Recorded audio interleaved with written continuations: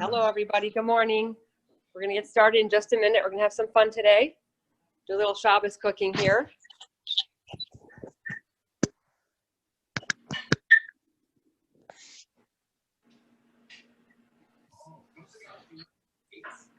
Just got to make sure everybody's in.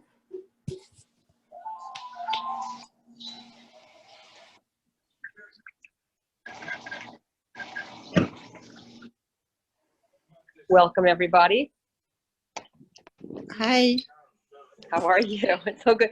It's so good to see you. Well, those of you who have your cameras on, it's very good to see you. But those of you who are here, I'm very happy to be able to say hi and connect on video. Happy to see you. Hi. Mwah. Mwah. It's really good. So sweet. We're going to have fun today. I'm so excited.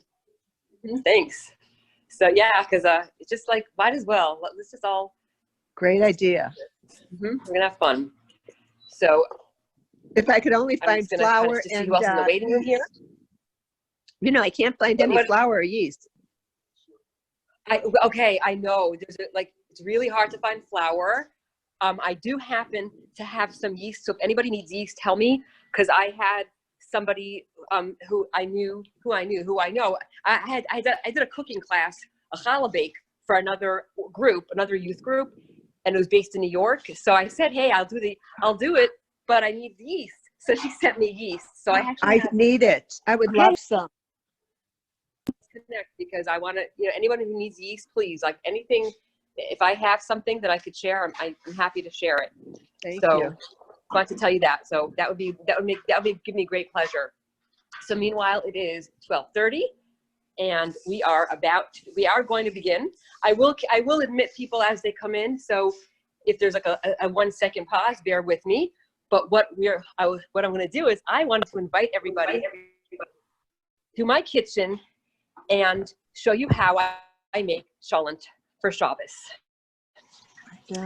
So I think that's what we're going to do today. We're going to make some cholent. We're going to have some fun, and maybe you'll be inspired to make some too. And I picked cholent because it's something very doable. And I'm going to talk also a little bit about the history of the dish as well. So also what I'm going to do is I'm going to mute everybody during the class, and then after the class, what I'll do is I'll unmute everybody, and then we can then I'll take questions. So that's what we'll do. So right now you're muted. I'm going to show you everything that I'm doing. And then after the class, I definitely want to be able to take questions from everybody, talk about it, and just letting in a few more people in here. And just if you don't mind, just whoever's on, just give me a wave, just so I see that you're here, and then I know that it's you. And if you don't have your cameras on, just put in the chat your name. That way, I just keep it nice and secure, so I know who's all on. So thank you so much. So meanwhile, I'm going to introduce to you, we're making cholent. So first of all, what is cholent? So cholent is a dish. It's a traditional Jewish dish. And the first time that we have a history of cholent that was actually in written form was in the 1100s. So that is over 900 years ago. We had records of people making cholent. And you have it in Ashkenazic tradition and in Sephardic tradition. And I'm going to make the Ashkenazic tradition today. And what we're going to do is I'm going to show you exactly what I do, and hopefully you'll be inspired as well. So first I'm going to turn my camera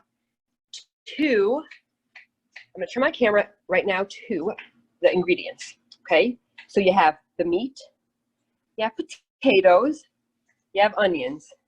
So so far it sounds familiar, right? Meat, potatoes, and onions.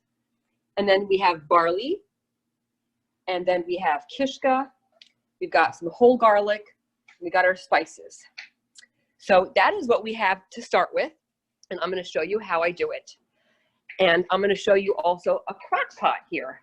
See this crock pot? This crock pot is very trusty. And this is what I make my cholent in.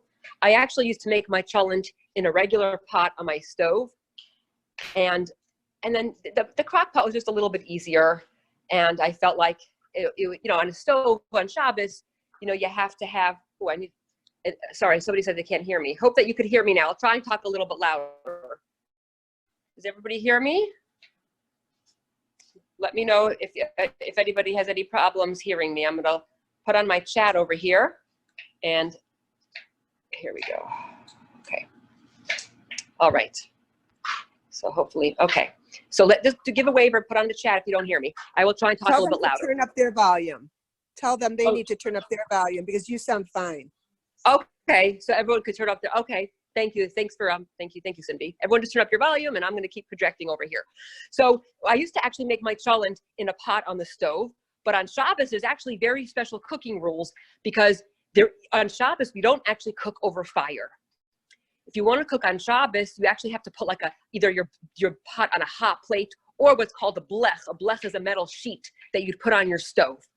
So for safety reasons, some people may not be so comfortable using a blech, and also it's hard to really control like the cooking of your cholent. If you're putting it on your stove on Friday before sunset and you're just leaving it there for 12 hours, and also one of the cooking rules is that we don't mix it, we don't take off the top, we don't mix it, we don't add things to it. So you're pretty much like whatever you did before Shabbos, and then you got to wait 12 hours the next day. So therefore, a crock pot is just really practical. And in fact, in some of my research, I found that the crock pot was invented based on the needs of the cholent. I read that somewhere, so I'll take it because I love that. So what happened was, the reason why cholent was invented is because on Shabbos, people wanted to eat a hot food. And back in the day, people didn't have their own ovens. Like, look how lucky we are. We all have our ovens and our own houses. But way back in the day, 1,000 years ago, people would rely on the community oven, and they actually relied on the bakery oven because it was like made out of bricks, and it was really strong, and it was consistent temperature. So everybody would bring their cholent to the bakery oven, and then they would put it there like on Friday, and then they would come the next day and pick up their pot and bring it to their house. So, and the cooking in like a hot, strong oven is like fantastic. You know, you think about like a pizza oven or a brick oven. It's just nothing like cooking in a good oven. And so that's how people would cook on Shabbos. And now what I'll do is I'm going to actually start showing you what I'm doing. So start with a crock pot here. I'm going to take off the cover. And what I do is, because I'm cooking in a crock pot, I'm going to layer it with a little bit of oil, just a little bit to cover the bottom. And I'll tell you why, because if you want to be very adventurous and actually fry your onions before you put it in the cholent, yeah, that you can totally do that. But if you want to be like me right now and just skip that step, then you could just put your oil in and pour in your onions.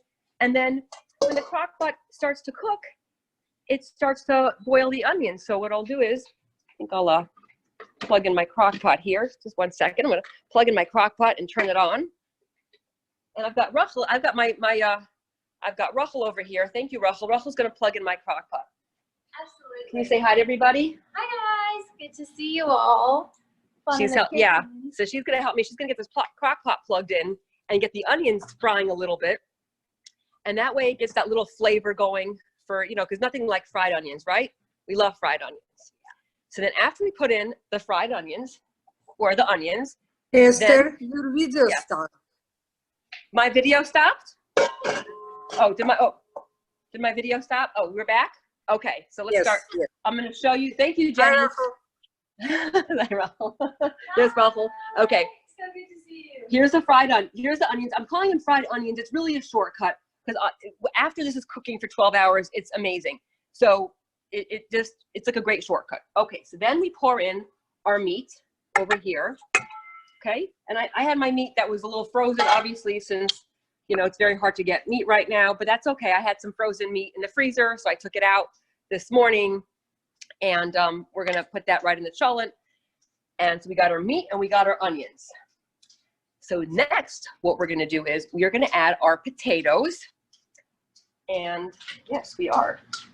And so I've got my potatoes right here, and I'm just gonna pour them right in here. I just put my potatoes in some water here and just put that right in the cholent. Do you see that over here? Does everyone see? You got the potatoes, you got the meat, you got the onions. And now this is my favorite part. Okay, I love barley. Who here loves barley? Make a wave if you like barley. Okay, so we're gonna put in our barley over here. Barley's like amazing. Love it. And see, the barley is nice because it absorbs. So it's kind of gives up that nice thick feel, like thick texture.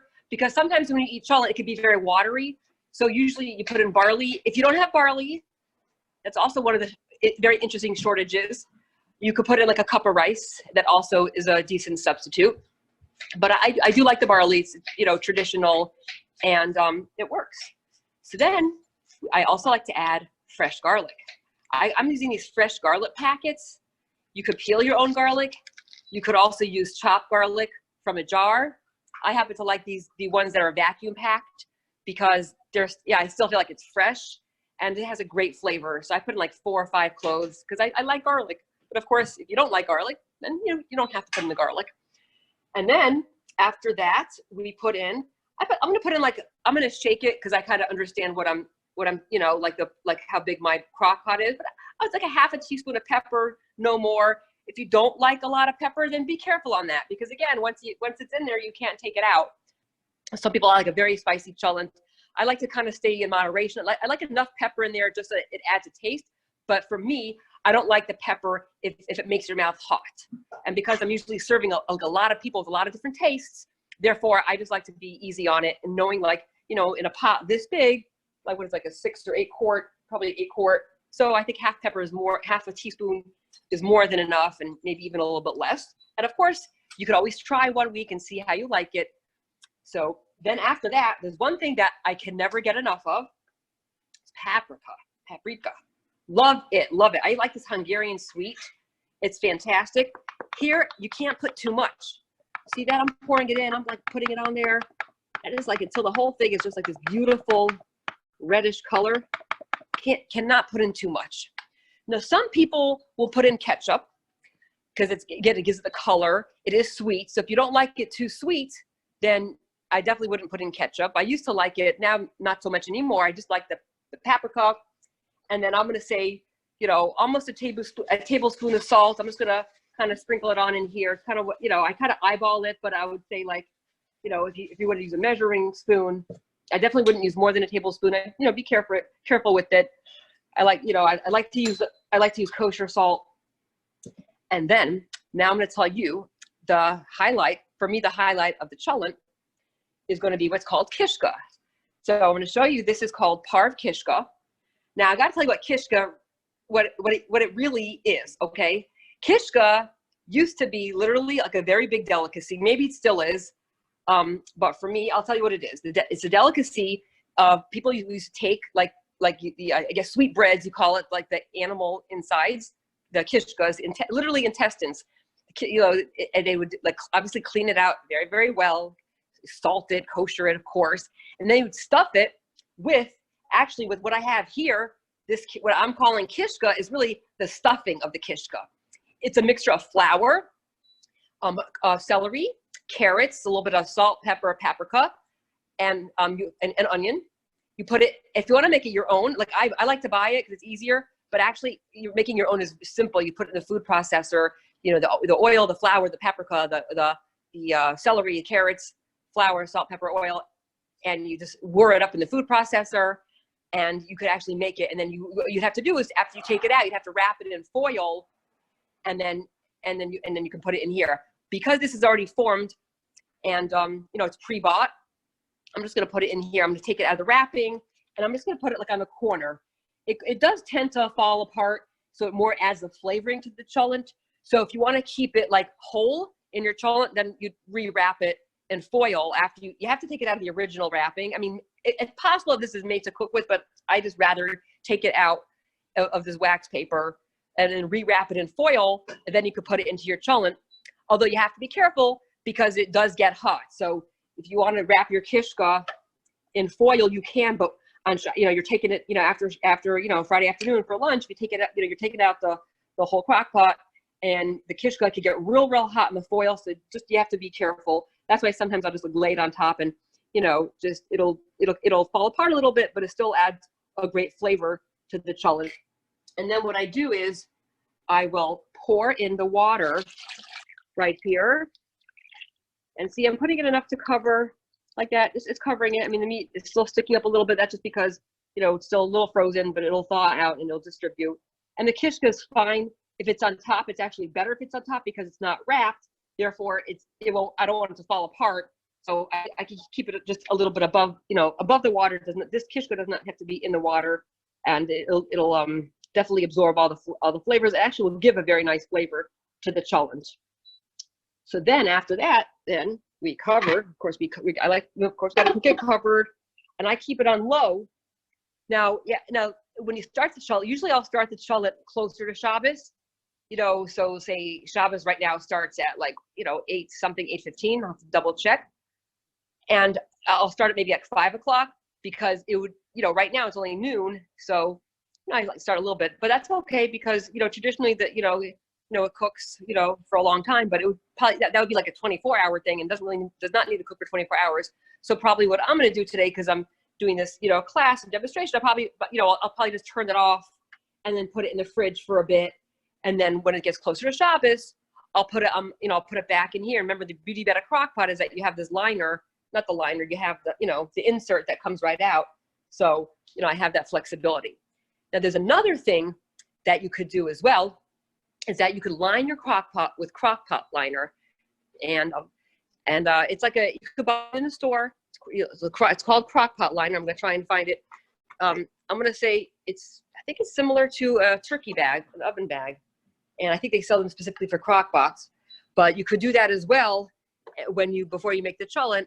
And let me see if I have, right over here. This is what I wanted. Yeah, slow cooker liner is very nice. You see how you can put that in there. So I think every week I always say, oh, I forgot to put the liner on, but it's all right. Like if you do the right proportions, then it won't stick to your pot. A lot of times when you're using a crock pot, it's, when you're doing it for the first time, you don't know how much barley, how much water does it, because if it absorbs too much, obviously it could get dry and it could stick to your crock pot. But lately I've just been very consistent with my crock pot and my measurements. So it's actually been working very well, but but some people just really swear by putting in a liner. So, and now I'm going to tell you a couple more things about the history of cholent, couple things.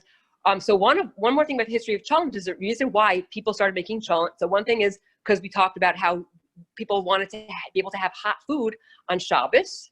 And so therefore, in order to have hot food on Shabbos, you had to have a dish that's going to work. Because if you put in something like roasted chicken for 12 hours in the oven, of course, it's going to get dried up. It has to be something liquidy, something like a soup, something that works inside, of an oven for at least 12 hours, because you're putting it in before sunset, and then you're not eating it till lunch the next day. So that's the one reason that we said. But there's actually another very interesting reason that people may not know. There was, back in ancient times, and even up until more recent times, and when I say ancient, I'm talking about even pre-Talmudic, but I think that this more came up during the times of Talmud, the Mishnah, which is about 2,000 years ago, where that there were Jewish people who said, we need to interpret the Torah more literally. We need to look at the words in the Torah, and we need to look to see, what does it literally mean? And because they had a complaint, they said, what are the rabbis saying all these things, and the Talmud and the Mishnah? I mean, everything, how we observe Judaism today, how every single one of us observes Judaism today, is all based on, the rabbinic literature that has been taught from Moses, from God to Moses to Aaron, et cetera, et cetera. So of course it's all from Hashem. However, after like 1,000 or 2,000 years, you had people who said, wait a minute, who are you to say that this and this and this? So kind of like putting doubt. So they said, and on Shabbos, they saw people, eating hot food, like making their cholents and their dishes, bring it over to the communal oven, bringing it back. And they said, well, why do you have to do?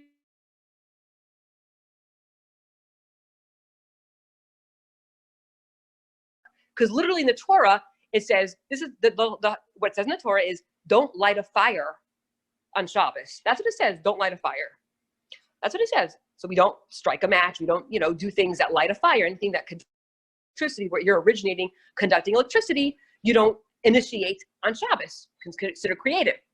So as Jewish tradition developed, say, Moses brought down this Torah from Mount Sinai,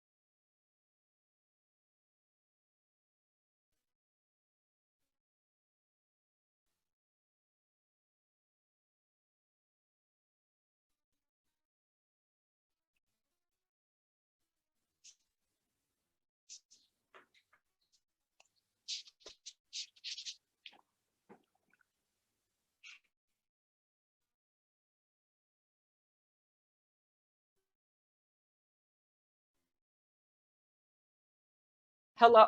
Hello? Can everyone hear me? Hi. I want to make sure everyone can hear me. Can everyone, yeah? Can you hear me? Yes, Yeah, Esther, we okay. can hear you. Okay, thank you. Thank you. And thanks for shouting out because I wasn't realizing I was getting so animated about this discussion of the hot food and the cold food. But but it was really more of an ideological idea. It was really an ideological discussion about, look, who interprets the Torah? Is it the age-old traditional rabbis of the Talmud and the Mishnah, or is it this? It was like a small fringe group who are like, who said we have to do that? And so it was a pretty big discussion. So what happened was the rabbis, they made a very public, I guess, edict, not edict, but a very strong suggestion. Everybody needs to make a hot food on Shabbos. You need to take your cholent over here, and you need to make it. You need to bring it to the oven, and it became like a very strong custom to everybody must eat hot food on Shabbos. And the rabbis were saying that that because Shabbos is meant to be enjoyed, it's not meant to sit. And the same group of people who said no hot food, they said you have to have cold food. They said you have to sit in the dark, and it became very gloomy. And the rabbi said, when Hashem gave us Shabbos, it's to enjoy it. And Hashem gave us ways that we could enjoy Shabbos, and we're meant to be able to have a hot food. You're allowed to put think about it, fast forward this 2,000 years later, electricity on Shabbos, I may not be able to turn on a light, but I could have my timer on. I may not be able to turn my heat on, but I could keep my thermostat adjusted to the right temperature and put timers on it. So you're thinking about, by extension, all the things that ramifications for how we would observe anything in Judaism. Of course, you wouldn't cut off somebody's arm if they accidentally, damaged your arm, or, et cetera, et cetera. It became a very ideological understanding. But it's interesting how it turned into this very amazing observance of Shabbos, that because of that whole discussion, this is why we have hot food on Shabbos, and that's why we have the famous cholent. Now, I will tell you, the Sephardic tradition, because again, the Ashkenazic and the Sephardic had different foods available to them. So in the Ashkenazic tradition, so of course, all these potatoes in abundance, people had meat, people had, they had barley, they had onions. So therefore, that became, the Ashkenazic cholent. Then in the Sephardic tradition, people had chickpeas. Remember, Middle Eastern, Mediterranean. Actually, the very famous Sephardic custom is they'll put in an egg. They'll put in a whole egg, and they stick it right in the cholent. They'll put in a couple whole eggs, and they cook it, and actually, it gets different color. It gets like dark, and that's in the Ashkenazic tradition. That's in the Sephardic tradition. So you see that that both of these, that this tradition of having the hot food supersedes really Ashkenazic and Sephardic, because they both developed their own traditions over this hot food. And so now I'm going to share with you one more idea. I know I promised you 15-minute class, and it's a little bit over, but I'll just want to conclude with another idea, because today's a really special day. I'm going to tell you what day it is. Today is called the second Passover, Pesach Sheni. So it's 1 month after Passover. It's actually a really spiritual day, and I'm going to explain to you the spiritual significance. Because what's the second Passover? So the second Passover happened because originally, during the times of when we had our temple, we would bring a Passover offering to the temple. So we would bring a Passover offering, but there were different conditions. Like you had to be in a certain state of ritual purity.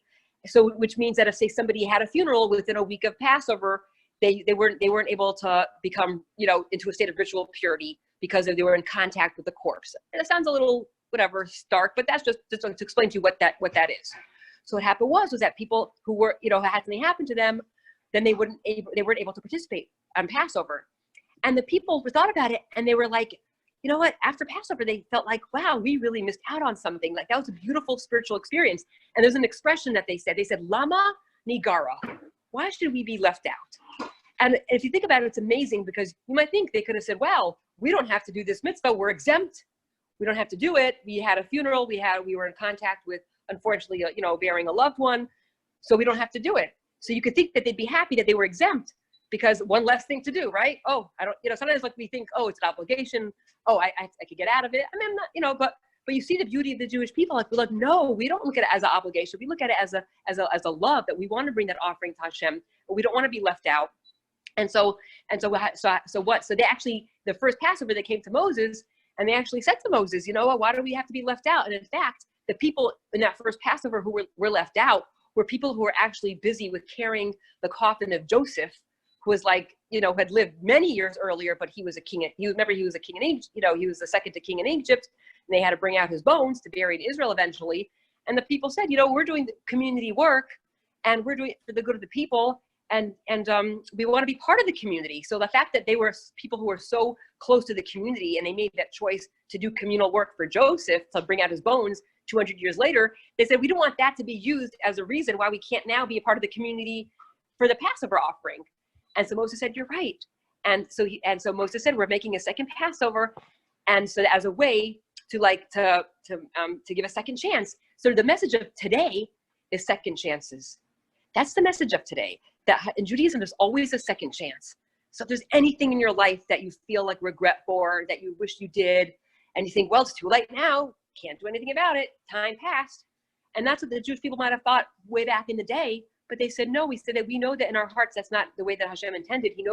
Hashem knows that even if for some reason we were either prevented, and even if we were prevented from our own choice, even if we, say for instance, made a choice not to do the Passover offering for whatever reason, we just said, I'm not in the mood. Let's just say it was our own, we chose that. But say we regretted it afterwards. So in Judaism, the idea is that we're allowed to make we're allowed to, change the course. We don't have to be stuck in our action. If I made a bad decision 2 days ago or yesterday, doesn't mean today I have to continue on that course. It's a really powerful message today on Pesach Sheni. It's really, so if there's anything that anybody's thinking about that's sitting on your hearts, so think about it. It's the second Passover today, and it's a custom to eat matzah.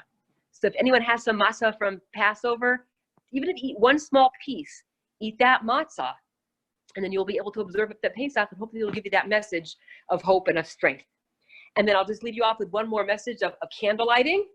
And I see if anybody has their calendars open, I don't have my calendar open right at the moment. I'm going to guess candle lighting is about 8:15. So if someone has their calendar and you want to give a shout out, but because sunset's getting later and later, so it's about 8:15. And so remember to light Shabbos candles tonight, 18 minutes before sunset. You could also just look at your iPhone and look up sunset for Friday, and in mind 18 minutes before, light your candles. And when you light your candles, it's a really holy time to pray for anything that you need. And I hope that when we all light our candles, everybody here could pray that anybody who needs a speedy recovery. Oh, thank you, Jenny. 8:16. Okay, very good. 8:16. Thank you. So anyway, when you're lighting your candles, you light your candles and you wave your hands over your eyes and you make your blessing. And then what's also really special is to pray. Pray for anything you want. Pray for yourself, your loved ones, family, friends. Pray for the world. Pray for Hashem to heal everybody, and pray for Hashem to heal the world, and to pray for Hashem to create a world in which there's no more sickness and good health and just good things, and we can all be together, not only by phone, but also together physically. So with that, I want to wish you all a very good Shabbat. Thank you for joining me in my kitchen. It's been a real pleasure to see everybody. And Thanks, Esther. You're welcome. Thank you. Esther, one question. Sure. Can we add mushrooms to the cholent? You could. Yes, you can. Go for it. I say try anything. I know that I used to have a lady, Maya. I'm not sure if you remember Maya Simakovsky. She used to put a bay leaf in the cholent. What you put? A bay leaf. So go for it. Try. I've added Thank you. I've added mushrooms to my cholent, and it's delicious. Oh, good. Okay, thank you. Esther, this friend, Eileen, who just said this, Yeah. and her daughter Ashley are on the Zoom. This is my best friends from Cleveland. Oh. Hi. And Ronnie Carmen is I'm their making good your friend, and holiday. Aryeh knows her Oh brother. my gosh. So nice to meet you. Thank you for joining us. So that's the benefits of having, this online, is that you can now invite your friends from Cleveland and from college. And Yes. that's awesome. And I love to meet people's friends and your friends, especially Cindy, who was so special to me and my family. We love you so much. So it's really great to see you and your friends. I love No, you my too. kids I've told go them to about you. the Chabad in Solon here in Cleveland with Zushi and Miriam Greenberg. Do you know them? Yeah, please. Yes. Wonderful. Thank you. Tell them give my love. Thank you. Esther, Eileen won the Cholent What did you win, Oh my Eileen? The gosh. Cholin? Contest at my shul. Oh my gosh, that's amazing. Okay, I'll have you up here next time. I'll have you give. My goodness, it is an honor for me to be up here with the Cholent champion of. Wow, I'm impressed. Thank you. Thank you. Thanks for all your input. Great listening. Thank you. Esther, do this again. This was wonderful. And all right, so I'll see you next week, and we'll continue. We'll be doing the cooking, and I'll be doing a little bit of explanations and the traditions of the Shabbat and the foods, and I'll be introducing you to any of my family members who happen to be joining me in the kitchen as well, and I'll also be showing. Are you going to write this? Are you going to write this recipe out so I can like write it? Of Follow course, it? absolutely. I will. Okay, good. I'll send you This that was as well. fun. Thank you. Thank you. Pleasure. Esther, are you Bye, going to Ash. put it on YouTube? Yeah, I'll do that. Yeah. Okay. Thank you very much. And you will send me a link, right? I'll do that. Absolutely. Thank you. Good Shabbos. My love to Good your Shabbos, family. everybody. Good job, everybody. Shabbos. Take Thank care. you. Bye.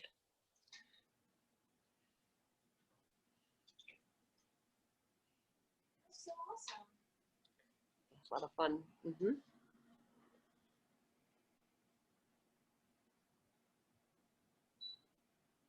Do you get your information? Saving it before it shuts down. Mm-hmm. Absolutely. Okay. Yes.